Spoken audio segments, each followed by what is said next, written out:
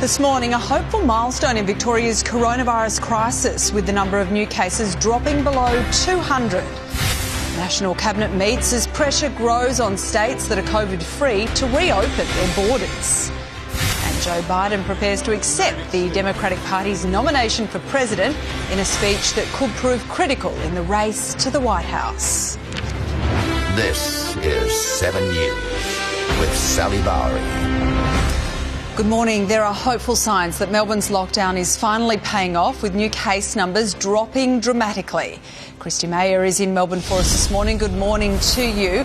For the first time in weeks, there are less than 200 new infections. A very good sign.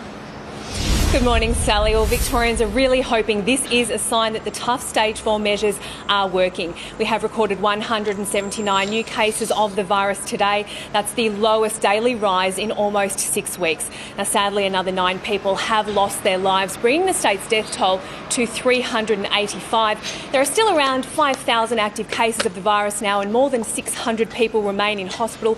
But there are definitely some signs of hope that Victoria is turning a corner. The state government remains under intense pressure and scrutiny, though, over this second wave. There are concerns now about the inquiry into the hotel quarantine program. It appears that DHHS, which is the state government health department, is trying to control how media reports on this inquiry. It's made an application for an order that media report the government version of events or face criminal charges which carry penalties of up to 5 years in jail or fines of around $100,000. Now, this comes after evidence was given at the inquiry yesterday that a returned traveller committed suicide inside a hotel quarantine room and may not have been found for several days. Now, of course, media outlets are fighting this order in the interest of the free press. The state opposition is also pushing for transparency, full transparency across this inquiry. But we know, of course, that the hotel quarantine program is the main source of this second wave of the virus in Victoria. So Victorians want answers, Sally. OK, thank you very much, Christy. There's also some positive signs in New South Wales. Chris Reason is in Sydney for us this morning. Chris, there's been just one new case recorded for the state overnight. Sally, such good encouraging news here in New South Wales, and what makes that even more relevant is the fact that it comes off the back of some 35,580 tests in the last 24 hours. Such good numbers. The single case goes back to the Hornsby Hospital outbreak. It was a previously reported case, and that case had gone straight into isolation as soon as they'd got word of that infection outbreak, so there was no chance of any further infection there. A classic textbook case of how contact tracing can swiftly and effectively shut down infection spread. There will be other good spin-offs from this as well. Relief, first of all, that cluster we were worried about at the Marriott Hotel in the CBD behind me here might have got further than the 3 cases it was currently in at the moment, with that unique infection strand from America. So that is good news. It's 7 days, or 8 days, Sally, in fact, since New South Wales went down into single digits. It was last Friday, so a week of declining numbers down to this one case today. Of course, the next milestone we'll be looking for is when it hits 0 cases, and hopefully that will happen sometime very soon. Yep, fingers crossed. OK, thank you very much. Chris Reason there. A National Cabinet meeting is underway, with the Prime Minister and the Premiers trying to resolve issues over border closures. Live to Olivia Leeming, who's in Canberra today. Good morning to you, Olivia. Scott Morrison wants a coordinated approach. Yes, trying to convince the premiers to agree to solutions to try and deal with the problems created from these border closures, especially for those in border communities. Residents unable to cross state lines to go to work, to visit loved ones, or even for emergency medical treatment. It's led to farmers being cut off from their land. States have enforced their own closures with little consultation, and it's a great source of frustration for the federal government. It's pushing for a consistent approach nationally. Agriculture Minister David Littleproud warns regional areas are suffering. Now, I'm not asking the states to tear down their broad restrictions. I'm just asking them to use common sense. We can create bubbles. We can create avenues of commerce. Now, business and industry groups are calling for borders to be reopened between states where there are few or no cases, and the Prime Minister pushing for, at the very least, a plan to be developed to guide the eventual reopening once things improve, to give business confidence and to limit the economic impact. The leaders are receiving an economic update from the heads of Treasury and the Reserve Bank. They're also discussing efforts to deal with the aged care crisis and to secure a vaccine, and we're expecting to hear more from the Prime Minister later this afternoon. Sal? OK, thanks for that, Olivia. Queensland Premier Anastasia Palaszczuk remains adamant there will be no easing of border restrictions until community transmission is under control in New South Wales and Victoria. Mac Lyon is in Ipswich for us this morning. Mac, Queensland has its own problems with urgent testing underway at a youth detention facility after a staff member tested positive. That's right, Sally, but a fair bit of relief here in Queensland this morning as well, and some good news that there were no new cases overnight linked to that 77-year-old woman who was a worker at the Wacol Brisbane Youth Detention Centre. Now, there has been an extensive testing regime carried out at that facility over the last 24 hours in the wake of that confirmed case yesterday. Now, more than 100 people have been tested so far. All of the results that have come back have been negative. They are still waiting on the results of another 70 people. And in the last 24 hours across the state, more than 9,000 tests have been carried out. I'm outside the Ipswich Hospital where there is a testing facility here. I've been speaking to people who've been coming out this morning who live in the same region as that youth detention centre. They've been coming just as a precaution. They were showing minor symptoms, but say that it's the right thing to do to make sure that everybody is staying safe. Now, while there were no new confirmed cases in Queensland overnight, the Chief Health Officer did reveal that there was a historic case that has now been confirmed, a person who, after a serology test, tested positive, and it's believed that case was linked to an outbreak when Queensland was at the peak of this crisis. Here's what the Chief Health Officer had to say about the tests now underway in relation to that youth detention centre. 56 results have already come back, and all of those have been negative. And of course, the vast majority of those were done on the children, the youth in the centre, so that is a good outcome. We'll continue to test all of the youth in that centre, plus all of the staff. They're also going to be testing some juveniles who were in detention at that centre but have now been released. The results of those tests will come in the next 24 hours or so. OK, thanks for that. Mac Lyon reporting for us there. Sydney traffic was thrown into chaos this morning when a man was killed in a crash in the airport tunnel at Mascot. Two cars and a truck collided in the middle of morning peak. Good morning. Well, it's a notorious stretch of road here on General Holmes Drive, and this morning it claimed another life. It was around 6:45 when traffic here on the arterial that feeds into the M5 came to a standstill. Two cars and a truck coming to grief. A man now dead, a woman in hospital, and the driver of the truck undergoing alcohol and drug testing. It's understood the truck was travelling south when it collided head-on with a car heading towards the city. The collision then involved another vehicle. The tunnel has a horrific track record. More than 50 crashes here in the past 6 years. There's a contraflow lane which is designated by lights but has no physical barrier. It was introduced in 2001. At least 3 people have been killed in car accidents and more than 16 seriously injured since 2014. Police are now investigating but will likely wait for the results of blood tests before and if any charges are laid. Serial conman Peter Foster will be extradited to Sydney next week after a brief court hearing this morning in Queensland. Foster was arrested on a beach yesterday, accused of a multi-million-dollar betting scam. He'll spend the weekend in a Cairns watch house before boarding a commercial flight on Monday. To American politics now, and Joe Biden is getting ready to accept his party's nomination for president. Live to US correspondent Paul Caddick, who's in Delaware, where the Democratic National Convention is being hosted online. Good morning to you, Paul. It's certainly a big day for Joe Biden. Good morning, Sally. Yeah, that's right. It is from this venue behind me here in Wilmington, watched by a socially distance crowd in their cars out in the car park that Joe Biden will be accepting the Democratic nomination to be President of the United States. It is perhaps going to be the most important speech of his 48 years in politics, with his chance in the national spotlight to convince Americans to choose him over Donald Trump, and that he's ready to take charge as he outlines his vision for America. This last night of the Democrat National Convention being emceed by actress Julia Louis-Dreyfus, who on TV played a vice president who went on to become president. If we all vote, there is nothing Facebook, Fox News, and Vladimir Putin can do to stop us. Also speaking for Biden's former rivals for this nomination. Now, earlier it was Donald Trump in the spotlight as he made a campaign visit to the battleground state of Pennsylvania, complete with an impromptu stop for pizza. Before a crowd of supporters near Biden's boyhood home, he unleashed on his rival. Joe Biden is a puppet of the radical left movement that seeks to destroy the American way of life. They don't understand, and probably when it happened, they'd say, what did we ever do?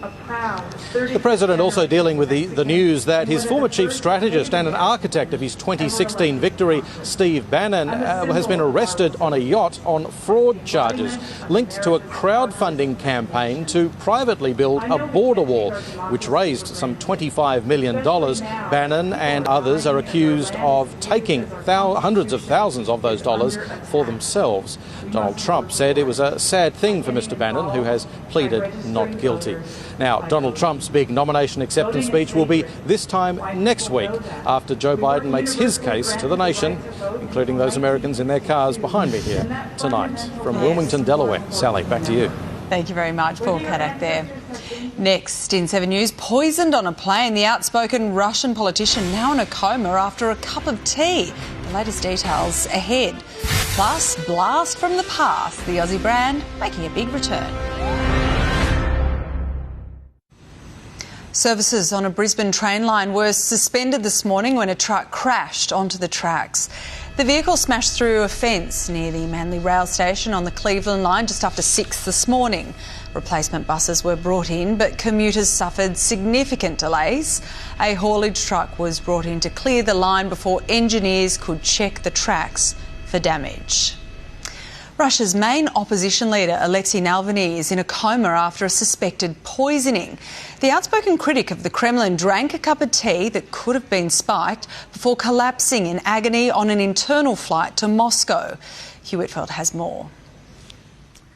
The finger of blame is being firmly pointed towards the Kremlin. Alexei Navalny has been a real thorn in the side for Vladimir Putin for more than a decade now, regularly organising opposition rallies. That's regularly landed him in jail, and he's so effective he was barred from taking part in the 2018 presidential election. On this occasion, he was flying from Tomsk in Siberia to Moscow when he fell ill. His supporters say he was drinking a cup of tea earlier in the day at the airport that they believe was laced with poison. The plane was forced to make an emergency landing in another Siberian city. He's been taken to hospital, is in a coma, and doctors say they're doing everything they can to save his life. It does fit a pattern of behaviour from Vladimir Putin and his government in recent years. Nobody would have the guts to do this other than Vladimir Putin himself. The reason that it's been done now is because Putin is absolutely terrified of the Belarus situation jumping over the border.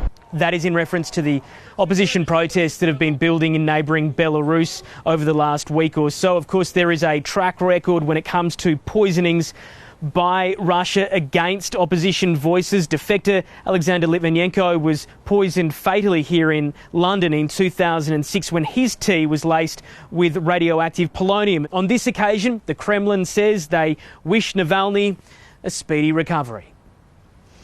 Minister for Aged Care Richard Colbeck has been left red-faced after stumbling through a hearing into the government's response to COVID-19 in aged care. Mr Colbeck was unable to recall how many aged care residents have died of coronavirus or how many were currently infected, despite it being his responsibility. How many residents of aged care facilities funded and regulated by the Australian government have passed away from COVID-19? I'll just have to look up my latest report, Chair. That might take me a moment.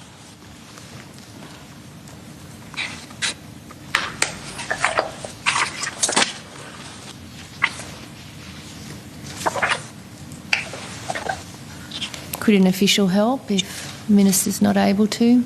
The minister was also unable to recall how many national cabinet meetings he had attended since the start of the pandemic. Time to check the financial markets now, and the ASX is trading around 8 points higher. The Aussie dollar is buying around 72 US, 76 Japanese yen and $1.10 New Zealand. The name Ampol has returned to Australian service stations after a 25-year absence. The first two servos will be rebranded from Caltex, opened in Sydney this morning. The Australian motorist petrol company, which later became Ampol, was founded in Sydney in 1936. It comes after American oil giant Chevron ended a licensing agreement that allowed the use of the Caltex name. A total of 24 sites will be converted to Ampol by the end of the year. Next in 7 News Sport with Matt Shervington, including the AFL preparing to make a big call on the grand final. Also, the Storm lose another star in the NRL. Yeah. Good morning. A depleted Melbourne Storm have been kept scoreless for the first time in 6 years in the Parramatta Eels' 14-0 win last night. The Storm are set to be without hooker Brandon Smith for the rest of the home and away season after he broke his jaw. Debutant Cooper Johns, son of legend Matty Johns, wasn't charged by the judiciary after being reported for a crusher tackle. But Eels coach Brad Arthur hit back at suggestions his players were feigning injury to win penalties under the new guidelines. Murata Niokora became the first player hit with the crusher tackle charge and faces a 1-2 game ban. A decision on where the AFL Grand Final will be played will be made within the next 7 days. Queensland remains in the box seat, with the Gabba expected to edge out Perth's Optus Stadium. It's increasingly looking challenging in Victoria, again, without sounding naive about it, and we're having very fair conversations with the Victorian government. All of that will come together and we'll have a decision by the end of next week. Now, whether it's Tuesday, Wednesday, Thursday, I'm not sure. Fremantle forward Cam McCarthy has parted ways with the Dockers, effective immediately, but is determined to continue his AFL career elsewhere next year. Former Australian Open champion Cameron Davis is showing up a star-studded field at the Northern Trust Open in Massachusetts. With a number of big names like Phil Mickelson struggling to make par, world number 203, Davis hit all the right shots to share the lead at 7 under after day one. Like all I had to do was just make sure I didn't get ahead of myself and just play a good solid round of golf. Fellow Australian Adam Scott sits 2 shots off the pace, while Tiger Woods is further back on 3 under. The Philadelphia Eagles Aussie contingent are gearing up for the NFL's return next month. Cam Johnston, Jordan Mailata and Matt Leo are in the thick of the action at the Eagles training camp ahead of the season kickoff. You'll be able to watch 2 matches every week right through to Super Bowl live and free on 7mate and 7 Plus from September 14. And it's been a long time since we've seen champion mare Winx, but a new picture of her enjoying the final 6 weeks of pregnancy in a secret Hunter Valley location has been released. The soon-to-be mum is set to give birth to the most highly anticipated and most valuable thoroughbred foal anywhere in the world. And the expectation on this foal could be pretty enormous as well. Meanwhile, how good would it be to spend the last 6 weeks of your pregnancy in the Hunter Valley? Wish I had relaxed. All right, thank you very much. Next in 7's Morning News, the National Weather Forecast with David Brown.